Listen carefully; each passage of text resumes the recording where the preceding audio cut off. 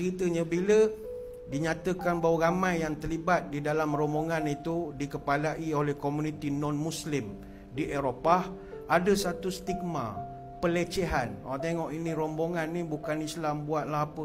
Apa yang Nabi sebut pasal bangsa Rom ini? Kata Al-Mustawrid, dia dengar Nabi berpesan, taqumus sa'ah warum aksarun nas. Ingat, kiamat akan tegak dalam keadaan bangsa Rom adalah bangsa yang paling ramai sekali, kata Nabi. Aqulu ma sami'tu min Rasulillah. Aku dengar dengan telingaku sendiri apa yang Nabi sebut. Qala la in qulta zalika in fihim la khisalan arba'ah.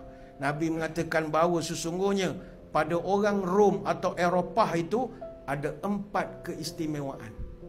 Ada 4 keistimewaan yang Nabi sebut. Innahum la ahlamun nasi 'inda fitnatin wa asra'uhum ifaqatan ba'da musibatin wa awshakuhum karratan ba'da farratin wa khairuhum limiskin wa yatimin wa dha'ifin wa khamisatun hasanatun jamilatun wa amna'uhum min zulmil muluki.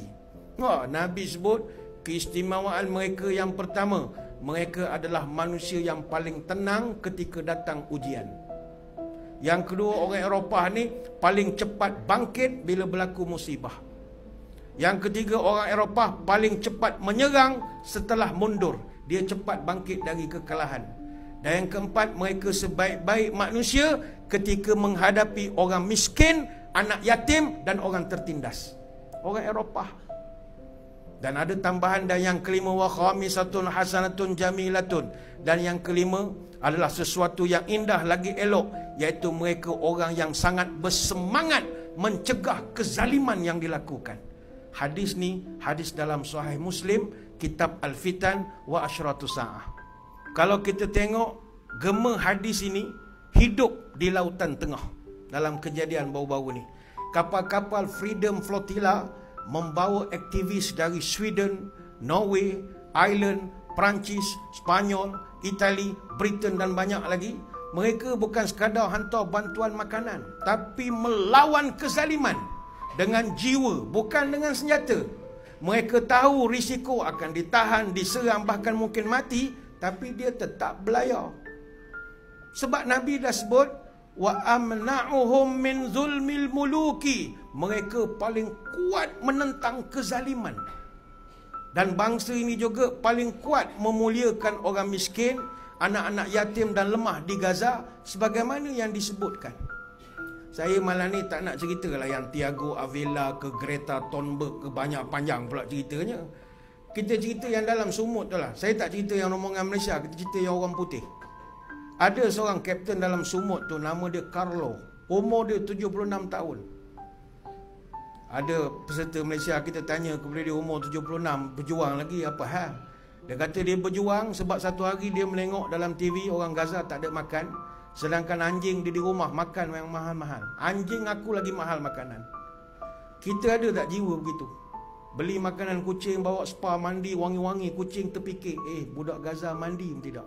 Kucing aku menyanyi, miau miau miau miau miau miau miau miau miau. Kita tak sampai ke situ berfikir. Kita pandang kucing, kucing je. Orang putih tengok anjing makan di teringat Gaza. Aku berhenti, aku ikut dalam rombongan ini. Tuan-tuan bayang, jiwa mereka, jiwa dia. Ada satu orang kapten lagi kapal Fair Lady. Orang Malaysia panggil dia Peggy the Skipper. Umur 75 tahun. Bukanlah sihat mana, tiap-tiap hari cocok insulin. Pergi berjuang. Sebab dia tak boleh terima orang Gaza tak dapat makan. Dia dalam rombongan tu, tuan-tuan jangan ingat semua dari Malaysia, tidak, satu dunia. Peserta paling tua orang Itali, umur 86 tahun, nama Roberto, 86 tahun. Peserta paling muda nama Yudhistra daripada Jerman, umur baru 18 tahun. Dan orang Eropah ni banding dengan yang sumut kita lain, bezalah. Mereka tak sign pun borang deportation. Deportation ni borang hantar balik, tak sign. Ada seorang tu nama Siago. Siago ni skipper pelabuhan di Itali. Dia bila kita dalam tahanan Israel 72 jam, dalam tempoh tu dia bagi borang A, borang B, datang hakim, prosiding lah. Bila datang saja polis tu saja, Mereka terus bagi huruf F tu je. Terus tunjuk jari tengah je. Polis datang tunjuk jari, polis datang tunjuk jari.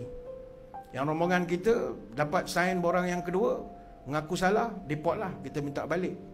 Tapi yang lain semua tak balik, orang Eropah. Sampai wartawan kita tanya, kenapa you tak nak sign? Balik je lah. Orang suruh bagi balik, balik lah. Aku tak nak balik. Aku nak merasa masuk mahkamah Israel. Aku nak bagi jari tengah ke hakim. Aku nak maki dia dalam mahkamah dalam negara dia. Tuan-tuan tengok, beza tak dengan kita? Beza. Jangan pelekeh. Ini dia berjuang betul. Dia maki. Dia kata aku nak maki hakim. Ada 60 tahanan tak nak sign, tak nak balik pun. Berani luar biasa. Kita tak seberani itu tuan-tuan. Kita nak eja Gaza dengan Palestin dalam Facebook pun takut. Gila, temikai lah, apa benda. Nak eja pun takut. Israel lah, la ilaha illallah. Cerita sangat hal perjuangan. Nak eja pun tak berani. Bawa gambar temikai semua. Apa benda. Lepas tu nak kutuk, oh ini misi tak. Kau pergi. Ini semua berani mati semua. Jangan pelekeh kerja baik orang. Kalau tak mampu jadi batu pemata, jangan jadi batu api. Dalam buat kerja baik, Allah tak pernah nak tengok hasil. Allah nak tengok usaha je.